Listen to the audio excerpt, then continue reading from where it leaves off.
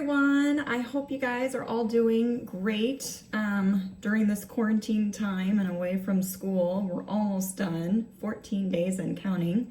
I am going to be recording my disaster day assignment on the questions that we were asked. So through the assignment, I used the CDC and Dignity Health and a fabric shop for references for all the questions as I go through them. So question number 1, if the hospital has a current supply of 5 ventilators available and 10 patients who require ventilator assistance, how do you determine which patients will be chosen to receive the ventilators? Cite at least one source for your decisions. So unfortunately, this has become a huge problem, especially as we have seen over in New York City, where they have such an influx amount of patients and a lot of patients that are have worsening signs of like ARDS. So they're going into respiratory failure. And unfortunately, for these patients, they don't have enough ventilators, and that's one thing that Governor Cuomo in the last few weeks has been mentioning of how they need all this ventilation, all these ventilators. And so I think if it were me, I would say that the worsening conditions for sure would be the ones that would get the ventilator support. I think that kind of ties into as well, they'll probably look at age of the patient, and I think they'll also look at any other comorbidities that they may have. So if they have underlying heart conditions, kidney, lung, diabetes, any other, and probably the more complications that this patient is going to end up having.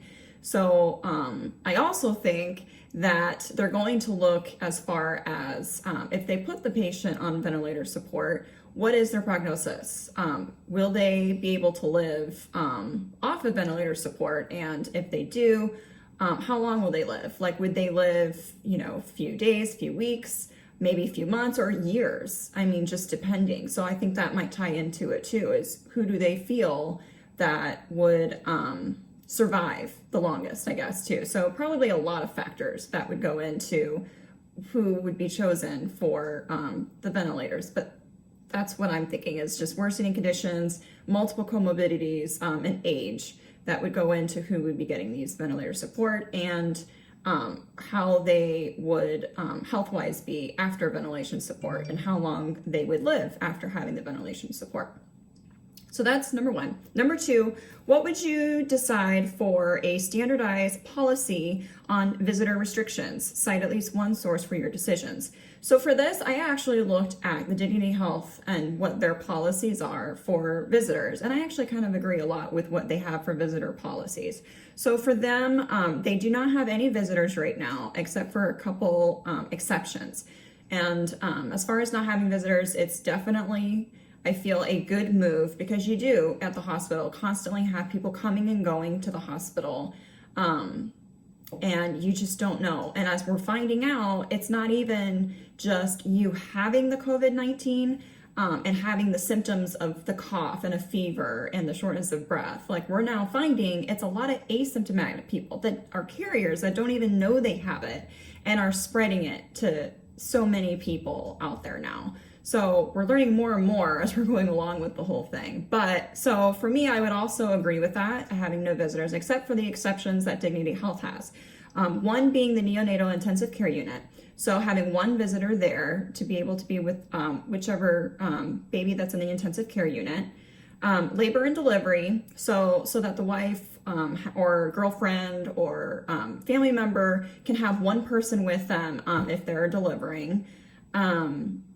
If there's a minor in the hospital, so if someone's under the age of 18, if they can't make certain decisions, if they're there for a medical emergency or just for anything, that they have an adult with them that can be making decisions or giving past medical history, that would be really important to their medical care. So I feel it would be important to have one adult with them.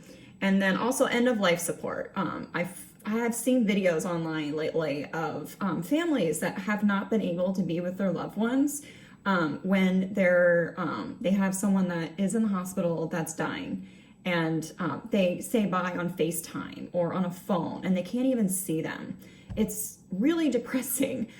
But to have one person in a hospital that can be with those patients, I feel would be good too. So no visitors, but with these a couple exceptions. And then of course, any of them would be screened when they come. So they would have their temperature checked and probably ask the questions of if they've visited anywhere, if they've been around anyone that has had the COVID, and all that stuff. And then also, if they're going to be there, I would want them to be sure that they're going to be staying there and not going out and about in public and then coming back again and then going and then coming again. So if they were to come, I would want them to just be there for an extended period of time and then leave for the day and then, maybe the next day come back. Because I feel if they come and they go multiple times, that's just risking the possibility of being around people. I mean, we know not everyone's following the 6-foot social distancing out there.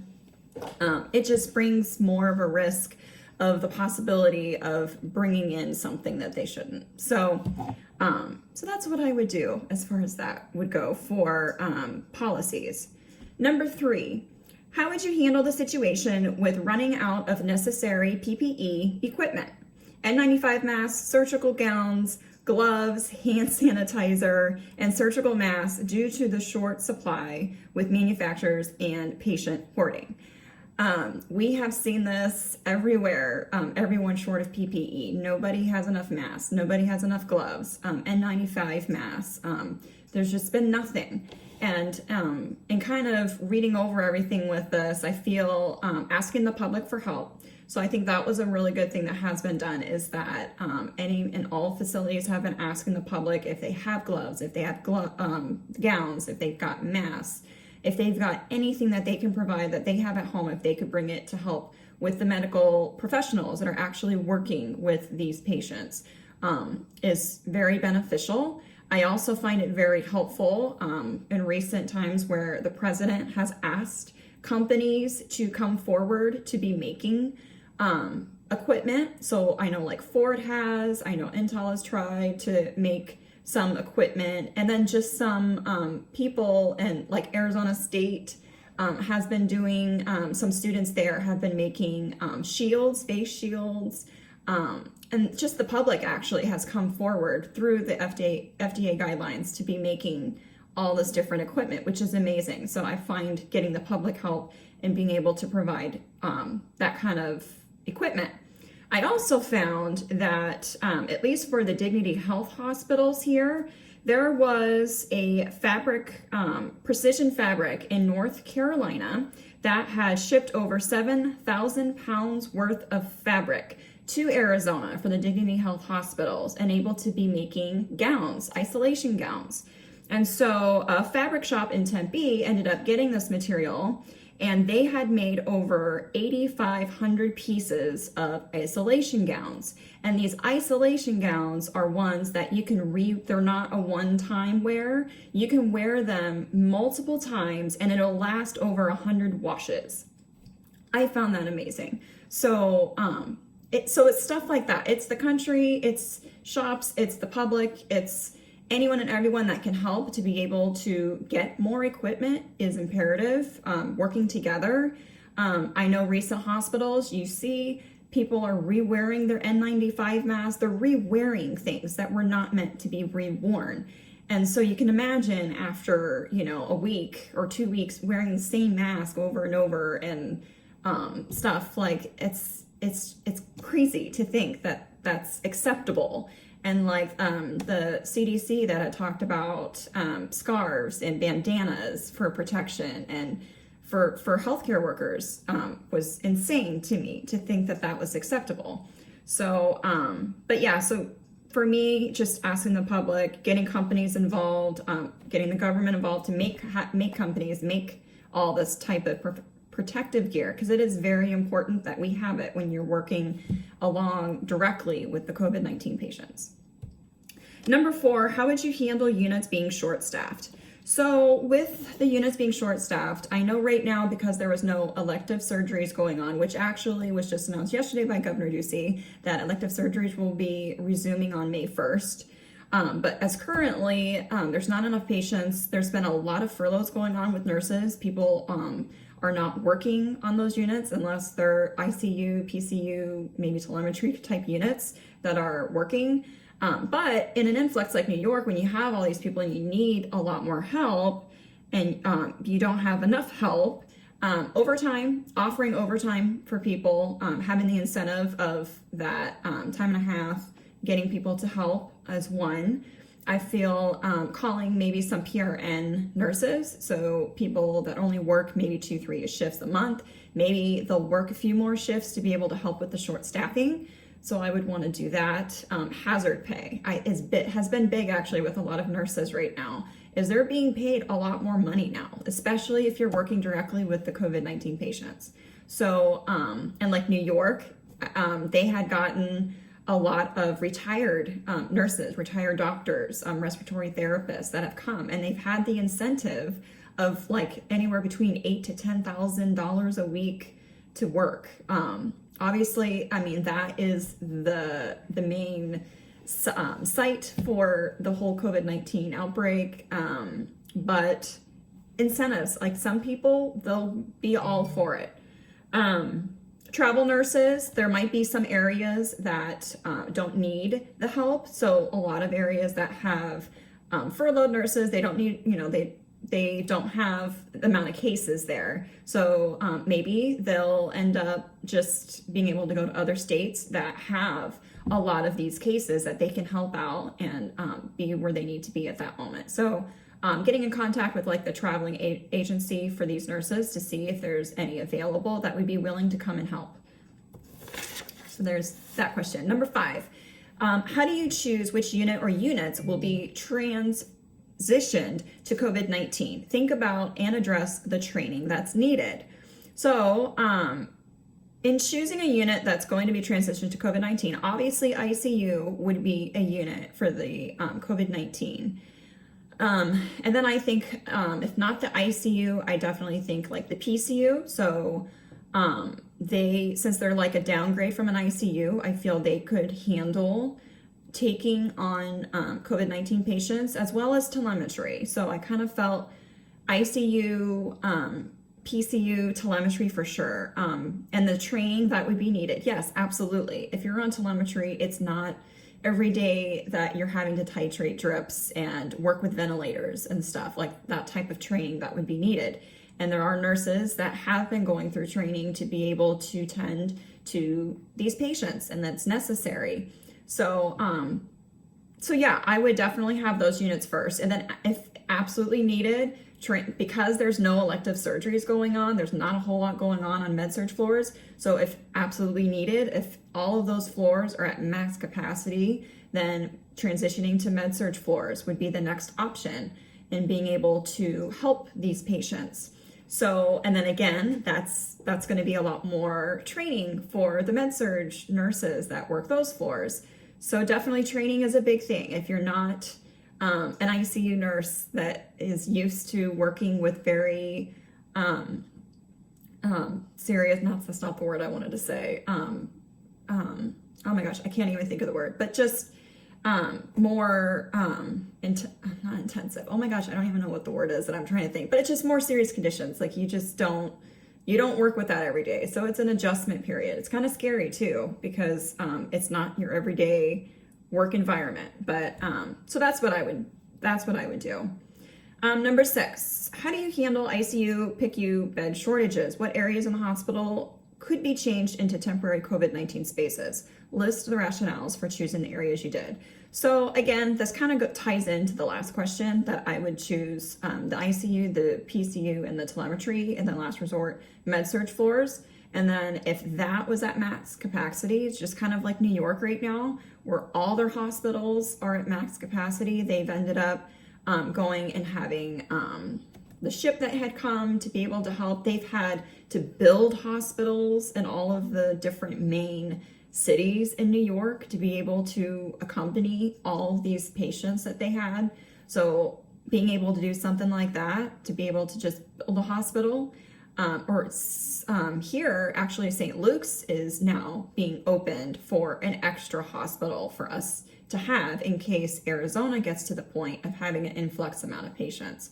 So we've kind of done that too, is being able to resource to different areas for places to be able to put more patients if needed. And I know they even had discussed like using State Farm Stadium as another place that could potentially be made into a place to be able to care for patients. I don't think we're going to need that. They're saying our peak here in Arizona is probably going to be sometime mid-May to June. We'll have to see as time goes on where we're going to end up being. But yeah, so those are other options of what we could do if all of the other options are taken and we have a lot more patients. And then 7, how has this pandemic virus COVID-19 affected your thoughts and feelings and goals about becoming a nurse? So a lot of people would think that due to the situation that this would probably scare off a lot of new grads, like new nurses like us, like literally graduating in the middle of a pandemic that's going on. Like no better way to start nursing than just to be thrown into a pandemic, right? But no, actually, I am actually completely opposite. I'm like wanting to get out there. I want to help. I want to be able to do any and all that I can to help. I know one of the only concerns I had was just having enough adequate PPE. I would be a little more concerned working directly with COVID-19 patients without having the proper gear. I think that's just putting your own health at risk, and I feel you should really stick up for yourself. Kind of what all the protests have been right now recently at the state, at the Capitol, where there's people protesting about wanting to reopen the economy and reopen everything and just let everyone back to like what normal life was.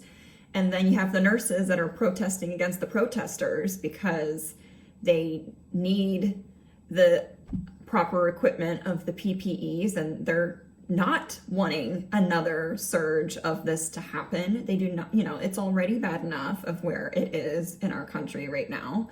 And they're doing all they can to help these patients. The last thing you want to do is open the economy and cause a second round like the Spanish flu did over 100 years ago, where the second surge was the worst than the first. And you don't want to have that happen. So anyways, I kind of went on a whole other tangent, but anyway, so no, it has not changed me at all. I still want to be a nurse. I want to be able to go out and help. I want to do what I can. I want to do my part.